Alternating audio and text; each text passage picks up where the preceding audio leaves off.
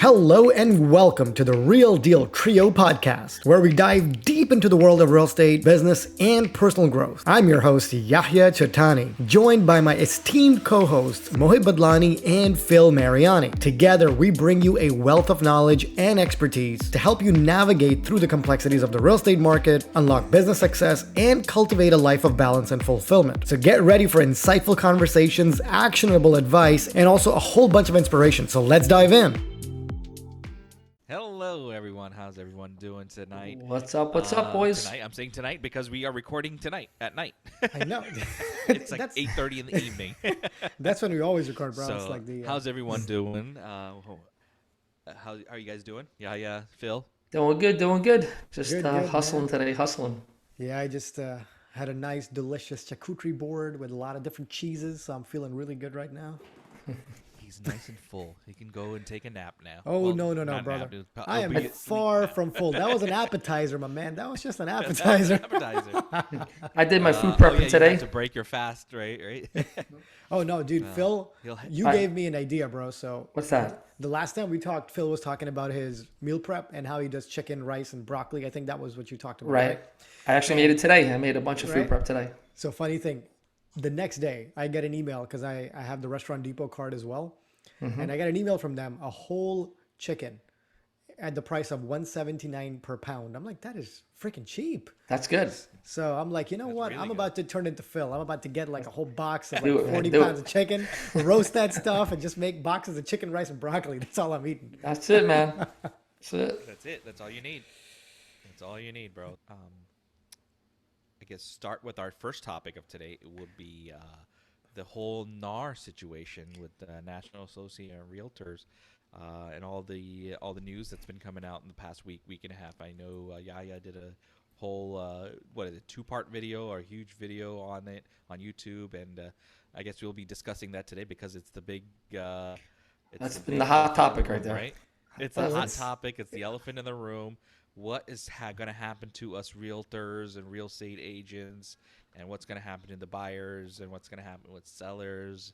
And so we're going to give you what we see on our end. There's nothing finalized yet because at the end of the day, the judge still has to sign off on it, and the judge has not, as of right now. Did you guys hear anything? I haven't heard anything as of today, which is Wednesday. What is it? March 20th at 8:30 in the evening. We have not heard that the judge has signed off on it. So No, this, not, again, nothing yet. Yeah, this, they're again, is saying still that the up in the air. changes are going to take effect somewhere in July, mid-July is what they're saying. Right. And it's like you said, it's a mammoth of a topic. And Right. as we all know, the media is always painting a negative picture because let's just talk about the truth here. The media Yeah. gets paid to get clicks. And when they put Clickbaits. out headlines, they're not always 100% accurate. So they want to make money with fear, and that's how they do it all the time. Doom and gloom, doom and gloom, doom and gloom. The truth is, Right. and you guys have done the research, right? Like when this first came out, it was called the Setzer lawsuit, then it became the Barnett lawsuit. And so the weird thing, guys, is I don't understand one thing. This all originated from the good old Midwest. It's like the only place in the U.S. where this happened, right? It's like Missouri and my bad. Kansas.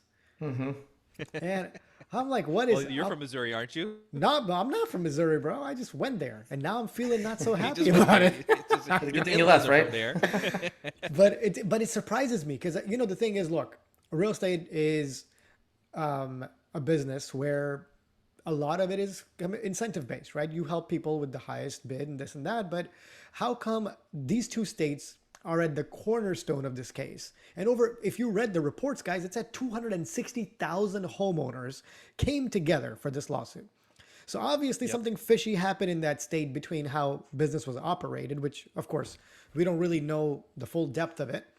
But the bottom All it line, takes is one bad apple. right? Yeah. Exactly. And correct me if you guys think I'm wrong here, but I think in any industry, in any business, and anywhere, there's the 80% Pareto's law where 20% of the people produce and 80% of the people don't. And when you Correct. don't produce and you don't do well, then sometimes you delve into the shady part of business. And, it's and NAR is a lobbying company, right? That's what they do. Yeah, Right. it's a lobby company. Actually, it's not technically a lobby company. It's it lobbies for us, but Okay. they're just a big, you know, you know, membership company, I guess. Membership company. I guess a voice for the realtors, What right? would they categorize? How would you categorize what NAR actually is? An Same thing organization. as, yeah, it's an organization that supports realtors and real estate And I professionals. guess a voice in the as Yeah, well, you know. they're our voice. That's why we pay our fees too. Hmm. So I guess it's we're unionized in that way. Hmm. And just so It's people not know, technically right? a We union. pay our fees to NAR. NAR doesn't, pay or do anything with commissions. They're solely a They have service nothing to do base, with anything for like that. us. And that I think that's what the big misconception was, is this whole 5%, 6%, commission. All I think it's and correct me if I'm wrong. I feel like it's basically taking that 5% or 6% commission and decoupling it, Right. So just that's removing it from the you MLS and use the word, decoupling it. man. The decoupling, I think, is the word that people need to know. Firstly, what the collaborative or the cooperative compensation structure is. So for anybody Correct. that doesn't know how this works, and you guys can correct me because you guys are agents, right? But this is my layman understanding for simplicity. If Right. the cooperative compensation structure simply means if you list a property, the seller agrees to pay you 5, 6, 7%, whatever you guys agree to. There's no standard number Correct. to that. Then you take that number, and then if Phil lists this property and Mo brings a buyer, then he splits that commission with Mo as a technical, let's say, finder's fee, but the seller pays for that, right? Now, Mo gets his cut, Phil gets his cut, transaction is done, we're good to go. But now when we decouple it, of course, in terms of logic, now Phil is not going to go and say, hey, I'm still going to charge you 7% or 6% because he was Right. splitting it. So let's say he splits it through the middle and it's 6% for easy numbers. So Phil kept 3, Right. Mo kept 3. But now, Mm-hmm. if you're decoupling it, then Phil is not saying I'm going to charge you 6. Now it's going to be a different figure, obviously. But for people that don't know what a listing agent does or how they market, and correct me again, is they market the property into the MLS for which they pay a fee. So they, take an expense out of that. They do footage, pictures, signs, yard signs. They hire people to do calls, marketing campaigns, flyers. There's a lot of different things they do. So they expense that up front for which they charge the commission. And then once they make that commission, that is expensed out, and then they keep the balance, and then they pay a broker a certain fee, whatever. So that entire 5, 6, 7% or 3% doesn't really just go to the agent.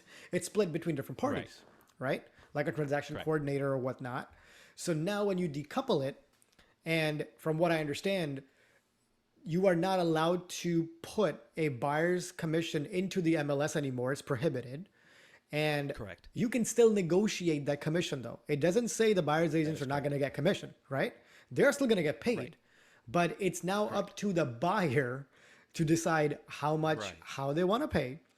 And you can still negotiate with the seller. They're not saying that the seller cannot pay it in any capacity. They're just saying it, do not premeditate and determine how much you're getting paid. Because I think the issue was that they were saying that if one listing is offering 3% and the other is offering 2%, an agent would not work in good faith and market the property with a higher commission. That was the issue too, right? Right. That they said? They were steering. I think that may have been a little bit of the issue too, but I don't think it was the main driving issue. I think Yeah. it was Right. it was the fact that they were saying, hey, there's a strict 5% or there's strict 6% rule that these realtors are using, and paying commission. They're real. That's I think the 5% or the 6% came because that's what the market asked. And that's so Right. tell me this, guys. I want you guys to tell me because you guys are the experts in this, but there is no market there's no going fee for agents, correct? It's No, whatever there you isn't. exactly. There's So- no set fee. exactly. There's no it's- set fee. Exactly. you agree to an agreement between a broker and a buyer or a seller, and you guys determine what you want to pay. Now, if everybody's, like, oh, okay, my neighbor paid 6%, so I'll pay 6%, that's not Right. something that's set in stone. Plus, you are not obligated to use an agent if you don't want to. You use them because they know what they're doing. But if you are obviously somebody who's sold multiple homes or bought multiple homes and you know what to do, then you can do it yourself. It's not nobody. Right. I think the misconception was that, oh, you are forced to It's use like you an can agent. rewire your own home. You can do Yeah. plumb your own DIY your own plumbing in your own home. You can do all that stuff. Yeah, it's DIY, no, but at there's the no same time, obligation. like, hey, do I want to go through all that hassle to put new electrical wiring in my house or new plumbing in my house. No, I'm gonna call a professional to do it, and that's when Yeah. we come in, right? As real estate agents, that's where we come in and help these customers out. Yeah. If I can jump in here, guys, obviously this is one area that's near and dear to my heart because I am, pretty much 100% a listing agent. I primarily just work with sellers. My wife and daughter, as a family run team, they work with buyers. So it's very important, that I think there just hasn't been enough educating, the listing agents haven't been properly educating sellers over the years on how the actual, commission structure works. Most people say, hey, this is my fee, 6%. And I think, sellers, just assume that it's a set fee, but it's really not. Everything is negotiable. But if, obviously, if you're at a list presentation and you're, showing this is my, my proposition, what I'm going to do for you, and they agree to it, and here's what you can expect, to net. The buyer, the seller agrees, the agent agrees, and then they sign. But what's important to understand is that really, you made this a good point. Yeah, really, the seller is really not paying the buyer commission. So technically speaking, when I'm on a listing presentation, the seller, and the agent will negotiate. So I will negotiate one, percentage, okay, with the seller, okay, and let's say whatever it's 5 or 6%. Now I negotiate. So that's what the seller is agreeing. So let's say 6%. We negotiate, right? That's what the seller is agreeing to pay the listing agent or the selling, listing agent's brokerage, okay? And then out of that, that's when our brokerage, the listing agent brokerage, then offers a cooperative, commission to another participating brokerage that brings a buyer. So really, it comes out of the listing side. And because even on our listing agreement, there's a spot on the listing agreement where there's one number that's negotiated, and then out of that, it says, okay, out of that number, what is the listing brokerage going to offer, compensate a buyer brokerage for bringing us a qualified buyer that's ready, willing, and able to purchase a home. As of the moment, a seller has the option on the MLS to offer a zero compensation as of the moment, right? So we know what's guaranteed, what's actually in set in stone at the moment. A seller has an option to offer a zero compensation. Okay. Now, coming, like you said, mid-July, what's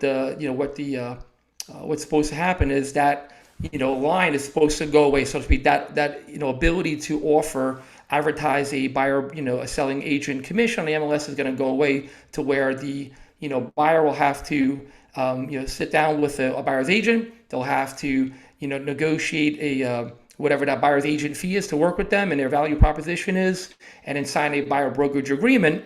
Okay, now this is where it's really tricky. There's so many questions unknown from here. Is how, I think a lot of the first-time home buyers and VA buyers are going to be impacted by this tremendously. Because first of all, you probably know as a loan officer, VA doesn't allow the buyer to pay their commission, or not even a transaction fee at the moment. So that's one thing that has to be addressed. And then another issue is a lot of first-time home buyers they may be getting down payment assistance. They may already need closing cost incentive, just to get into a house, as home values are up, and hard enough as it is not having enough affordable housing. And that's going to make it difficult. So I think a lot of the first-time home buyers are going to suffer. They say, hey, Phil, or Mo, I want to, I see your value, and I need to use an agent. I don't know what I'm doing, because there are so many things that can go wrong with a real estate transaction. And remember, at the end of the day, if you're a listing agent, you're looking out for the best interest of the seller. And if you're a buyer and you don't have representation, there's no protection for you. There's nobody to protect you through so many facets. So we can have a whole nother conversation on, what are the benefits, of having a buyer's agent and things like that. But I believe a lot of people are going to suffer from that. Oh, I agree, man. And honestly, that's kind of where, I think this is a great discussion here. So what you said were really good points, and I want to kind of lean into that a little, because like Mo said, I did a video on exactly that, because I wanted the audience to have an objective view, right? So this discussion, guys, we're doing this as an objective view, completely open, and we're going to have some anti. So now I'm going to go against Phil, and I'm going to come up with a different perspective. So I'm going to say, okay, Phil, look, I get it. And you're right. Like, if I was a first-time buyer, I do need the guidance. But let's say I'm not a first-time buyer, and it's a regular transaction, and I'm coming in to buy a house. My thoughts now are, so if a client is not paying, let's say 6%, let's assume they're giving you 3% because they're like, oh, well, you were going to give 3% to them and keep 3. So why don't I just give you 3 and you agree and whatever. If that happens to be the case, our home price is going to come down a little. Are sellers willing to negotiate the price a little? Is that going to make it a little bit better for buyers? If that's the case, are buyers going to be able to get more concessions? Like, let's say I threw an example in my video that if you're going to do a conventional loan of 500,000 and you're going to put less than 10%, 5%, 7%, what 10%, you can get up to 3%, concessions of the sales price, which happens to be 15 grand. Now, average closing costs are between 8 to 10, 12, $13,000 roughly. So if you put that money and you get this concession here and you use Mo as a buyer's agent, we don't know the truth about the underwriting guidelines, but I don't know if they're going to accommodate this, but could we possibly include that in the seller concession and say, hey, Mr. Seller, from the 15,000 you're giving me, I'm going to use 5 grand to pay Mo, my agent. I'm going to use the remaining 10 for myself, right? Now, We can, as long as it's set up as a concession. exactly. Now, the one thing we are waiting to see as lenders on our side is, can we approve that in our underwriting guidelines? And that's something I'm waiting to see, because if that comes up and we can do it, then it's going to solve a big problem. Plus, if we can negotiate the price, that would help us a little, obviously, right? The sellers are going to be like, hey, yeah, I'm not paying 30 grand. I'm paying 15. So, okay, I can give you 15 and I cut that in half. And from that 15, you pay your agent, take care of it. But the question now comes up. You do what you want to do with that You money. do what you want to do. But now the problem is, when you do down payment assistance for a first-time buyer, like you said, Phil, that's where it gets tricky. Because if I'm a first-time buyer, I don't know jam. And I think, and I'm not trying to take a side here, I just want to put this objectively, because Absolutely. if you do this yourself, if I do a transaction myself, I need a title company and I need an attorney, because I need somebody to review my contract. Now, agents are not attorneys, but they've done enough contracts that they understand how to in and out, negotiate, add addendums, and basically look out for their represented, buyer or seller. So I will need an attorney, and they charge by the hour. So I'm going to have to pay that. If I do a contract, an average fee I see between real estate attorneys is between $500 to $1,500, depending on the work you make them do. So you get that done. Now you have to do the home inspection. You have to understand how to read that report. You have to understand how to read the seller's disclosure, which a lot of times is very confusing. You have to talk to the HOA if you're going to be, buying in a community or a condo. And doing all this, plus negotiating, plus keeping track of your own transaction, coordinating with your lender and the HOA and the title company and the real estate attorney and the seller's agent. And then once the appraisal comes in, being able to read, understand, negotiate on top of that, you can learn to do this. It's not like the most difficult thing. But my thought is time versus value. If I'm paying Mo 5 grand to take care of this for me, which happens to be 1% of the 500,000, versus me taking on this responsibility, waking up in the morning, going to work, dealing with this. And if I can't get this document or paperwork on top of providing my lender my conditions, and if I fail this transaction, then I am going to lose my escrow. The seller might sue me for failure to perform. Correct. And the seller now has to deal with the repercussions as well of having the property listed on the market and not being sold. And the first thing, somebody was like, why didn't your property get sold? It was on the market. What happened? I'm going to pay you 10 grand less. So all these problems could occur. So can you do this? Of course you can. Absolutely. Anybody could buy or sell a home. But the question is what Mo said. I could change my car's alternator myself too, but do I want to do it? Do I want to take 5 hours out of my day and not have all the tools and get greased up and get dirty and pay a guy $200 and be like, bro, do it in 1 hour professionally? So it comes down to you as a client and what you think is best for you. But you're right. It's going to bring about a lot of things. And what you said about the VA loan as well, yes. Right. VA loan is a great product and it does help them a lot. But because of this commission structure, if it reduces on the selling side, would the sellers be more compliant in sharing that directly with the buyers? That's something that I'm waiting to see and know on how that happens, because that's something that really, it's a pretty wild card, right? We don't know how that's going to play out. What do you think, Mo? What are your thoughts? I completely agree with both of your thoughts. Other thing that I still find very difficult to wrap my head around is that even if we have to open a door for a client, we need a signature from them, buyer's agreement from them. Otherwise, we can't even open a door for them. That's going to come into play. The other thing that's going to come into play is on the buyer's agreement. What are you going to put in there? Say, hey, my fees or my charges are, let's say, $10,000. That's my fee, right? And then you buy a house, the client likes the house, you show them the house, everything looks great, you negotiate everything, and once you come down to negotiation, seller's only giving $5,000 in concession. He said, use it however you want. That means the buyer has to come up with the additional 5 grand to pay its realtor, or can the realtor come back and say, hey, you know what? He's only paying 5 grand. I'll just go ahead and take 5 grand. Could that be a case as well? Could there be an addendum to it? Because I found out, I guess, from our meeting that we can go down in our commission, but we can't go up in our commission You're like a lender as a now. buyer's agent. So that's how it is for us. I mean, so whenever, Yeah, and this is and funny. you guys are capped, right? Yeah. You No, guys it's are not. capped. You guys We're can't not. go past a certain threshold. I mean, you can, but the part where once it's written, it cannot be Right. changed. So, Right. for example, if I send you a loan estimate and I've disclosed the loan and I've told you your closing costs or my fees or whatever are going to be X dollar amount, I cannot go back and change it. There's a 10% rule of variance. If it's within 10%, it's okay. It goes above that, I'm out of compliance. Now that loan cannot be done. I have to cancel that loan, redo a whole new loan, redisclose the whole file. But it's a good thing because it keeps unethical people at bay. This is why the 2008 debacle, when that happened, Dodd-Frank and the CFPB and all these guys came out and they, chopped all these things off.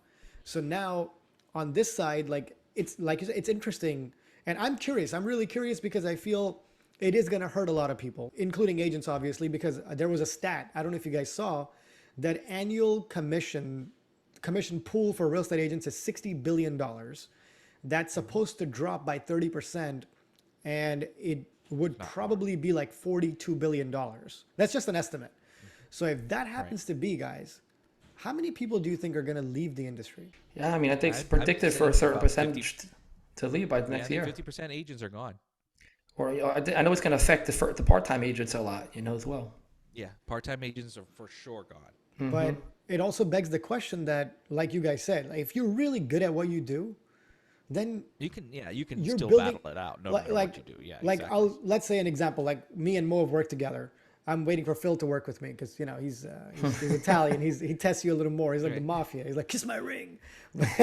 But so when me and Mo work, like for example, let's say we have a buyer. We do some things that I think people should know. For example, it's not just, hey, talk to a lender and get pre-approved and come back and I'll show you a home. It's not that. It's a consultation. Mo is spending time trying to understand, okay, Phil, what do you want in a house? What is important to you? Because he's going to be that barrier that's going to keep you logically invested and keep you emotionally invested, but have the balance to protect you so you don't fall into a trap and like, oh my God, man, I love this house. I want it. It's like, yeah, but it doesn't match your finances, doesn't match your pre-approval, doesn't matter what you said. Your wife's going to hate you. You're going to get kicked out. Like he's looking out for you. My job is to understand his buyers, look at their income, their assets, their financial capability, and help them decide what their monthly budget for their household, expenses is versus the projected mortgage. Look at how much money they have saved up and whether buying a house, firstly, is a good decision or not. Secondly, if they do move forward, what's the limit? What's the cap they want to be at based on interest rate, taxes, property purchase price, and then we discuss strategies. When Mo works with the client, he keeps this information in his mind and then he goes with the clients to help them understand, okay, if I'm going to overbid on a property, how soon can I break even? I run those numbers for him, give him that. Does renting versus buying make sense for me as a buyer? We do a whole flow chart. Look at the numbers. Does it make sense? Because guys, look, the truth is not everybody should buy a house. Not everybody should. So it doesn't mean if a buyer comes, I'm pushing them in the machine and saying buy. No. True. But that's the reality of it. The way the media paints the picture is like, oh man, Phil and Mo, you get clients, you're just taking 6%. Not necessarily. How many times have agents given up commissions, guys, to help home buyers so they can close their transactions? All the time. Why don't anybody talk about that? All the time. Absolutely. It happens all the time. I mean, but look, at the end of the day, we just have to take it. I guess we can be angry and mad and frustrated. I guess all us realtors and real estate agents will be mad and upset and angry for one day. The next day, move on. You know what I mean? Figure it out.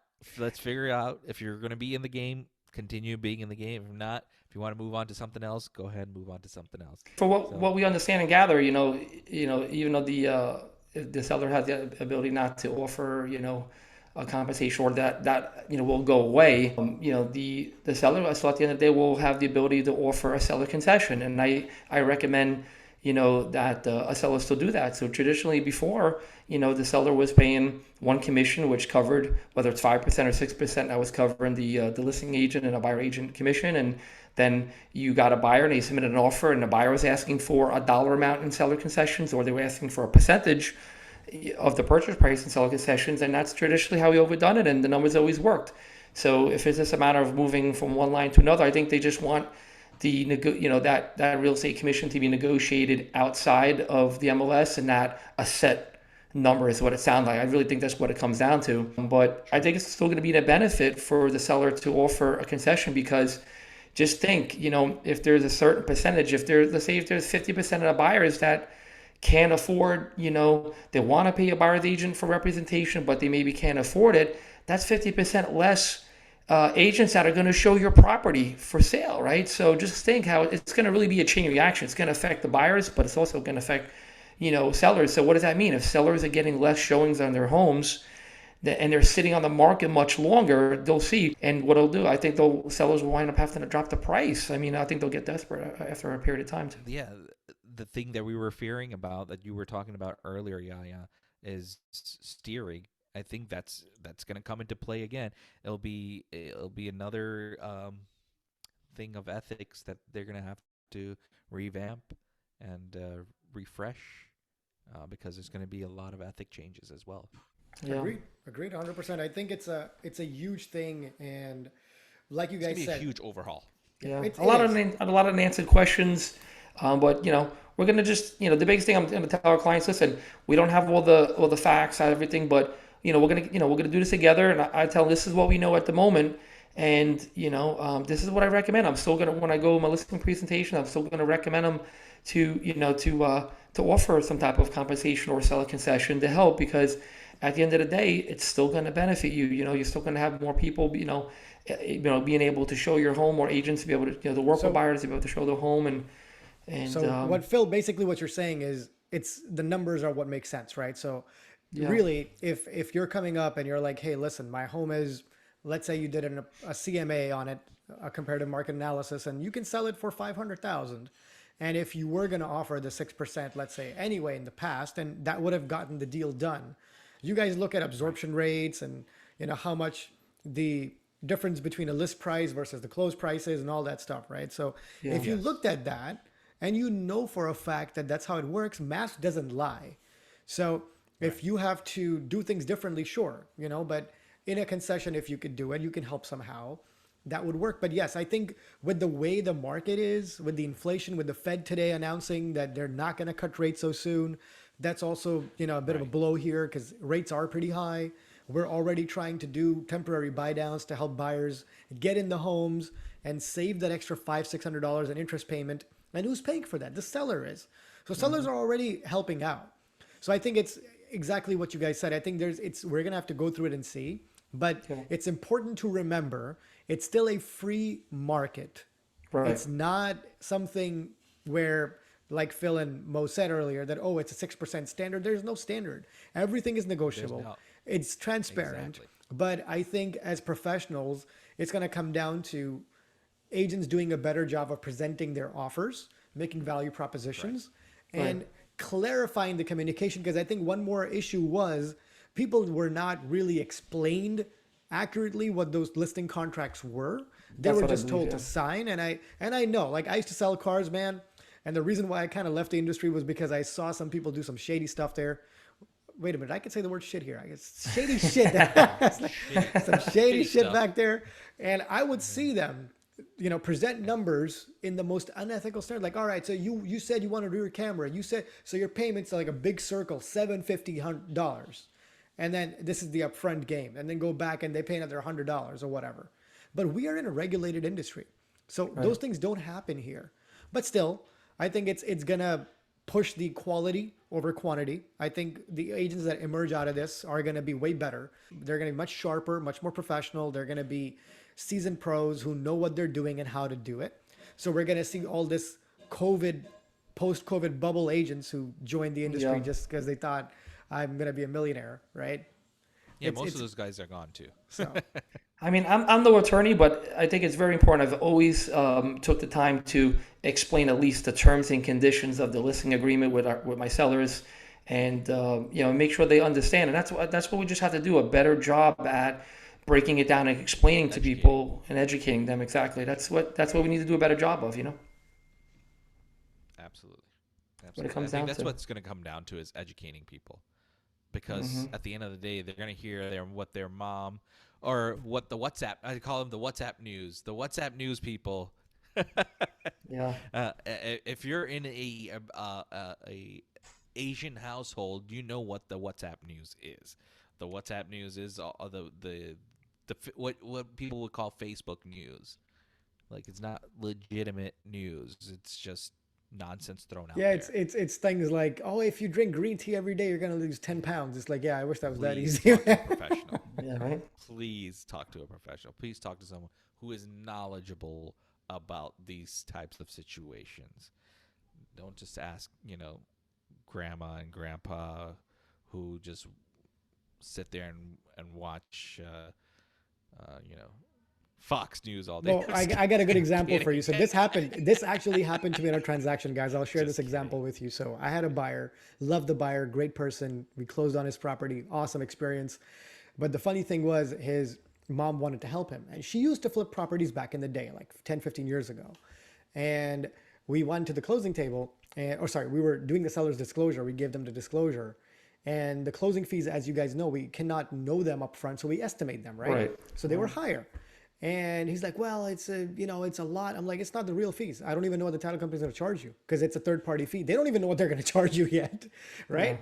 But the mom was involved. So we get to the closing table and the fee went from 15 to 13 to 12 to actually 8,000, right? It dropped almost in half, which was kind of rare, but it happened.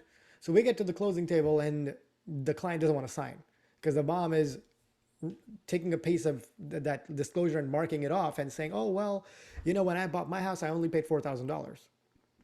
Why are you paying eight? So the question was, when was the last time you bought a house? That was 15 years ago. Well, 15 years ago, the price of eggs was not the same as it is today. Inflation is a real thing, guys. You can't Yeah. go to a gas station and say, I'm going to pay you 50 cents per gallon because that's what I paid in 2005. It doesn't work like that, right? Things change. But yes, it is good to know what the market price is for certain services because, yes, everybody's different. Different title companies charge different. But there's things like escrow, there's things like upfront interest, there's a lot of things that happen. So I think Prepaid items too, right? exactly, prepaid, the biggest thing. And I think you're right. Like as lenders, as agents, as title, I think this is going to be a great opportunity for all of us to improve and work together and really help, as you said, educate those who really don't know how this works. So they feel the empathy, they feel that we care, and they really see that it's a passionate thing. Like, man, there's no better feeling. You guys correct me if you guys, feel this way, but for somebody to, regardless of your first time, second time, it's your retirement home.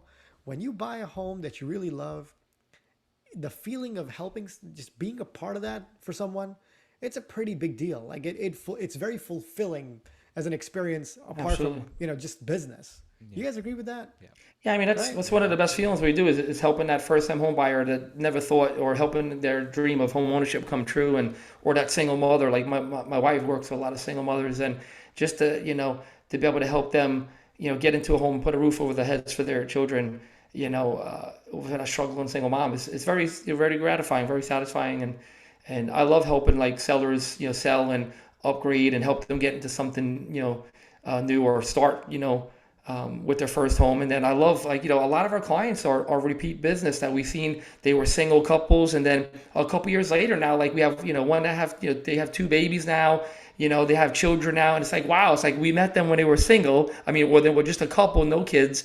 Now they have 2 and 3 children, and now they're upgrading homes. And it's kind of very cool. We want to be our clients' realtors for life, and to see them grow. As a family is that's what's gratifying to us and helping them put them into a home that fits their family and their needs. That's very important. Absolutely, like Phil man. said, This this was is he said it very nicely and very eloquently. But at the end of the day, this is a relationship business, Absolutely. right? That's what 100%. we're all This is a about. It's all relationship about business. building relationships, and that, for years to come. And I thank God that's blessed us. And while we have a great referral base, and because, we always strive to go above and beyond. Guys, Love it. This was a absolutely. All great right, discussion. I'm glad we were and able we'll to continue address having this. these Yeah. discussions. Absolutely. This is Yeah, not the first. this is not going to be our first this is going stop to be a on hot this. topic until over the next 90 days. But Oh, yeah. Absolutely, absolutely. So just to recap, today we just started talking about the whole NAR settlement, which is National Association of Realtors. Yeah, if you guys have any questions, please reach out and listen to our outro with all that info. you Yes, got and it. please, if you guys have any thoughts, drop your comments. We'd love to hear from you guys always. And if there's any topics you guys want to hear from us, please do share them. We love the feedback. Yep, we do. We out. I guess. All right, everybody. Thank you again for tuning in, and let's rock this show. Thank you for joining us today on the Real Deal Trio podcast, where we dive deep into the exciting worlds of real estate, business, and mastering that sweet life balance. If you enjoyed today's episode, don't forget to subscribe, rate, and leave a review. Your feedback helps us continue delivering content that matters to you. Stay pumped for our upcoming episodes, jam-packed with expert insight, game-changing strategies, and Florida real estate. For more exclusive contents and behind-the-scene action, follow us on Facebook, search for The Real Deal Trio group page, and for Instagram at The Real Deal Trio Pod. And for YouTube, search for The Real Deal Trio Podcast. We will have all these links to our social media account and some more in the description. We would love to be your go-to experts for all your real estate needs in Florida. Shoot us an email, realdealtrio@gmail.com. Until next time, keep balancing the hustle, the deals, and the moments that make life truly extraordinary. This is the Real Deal Trio podcast, signing off.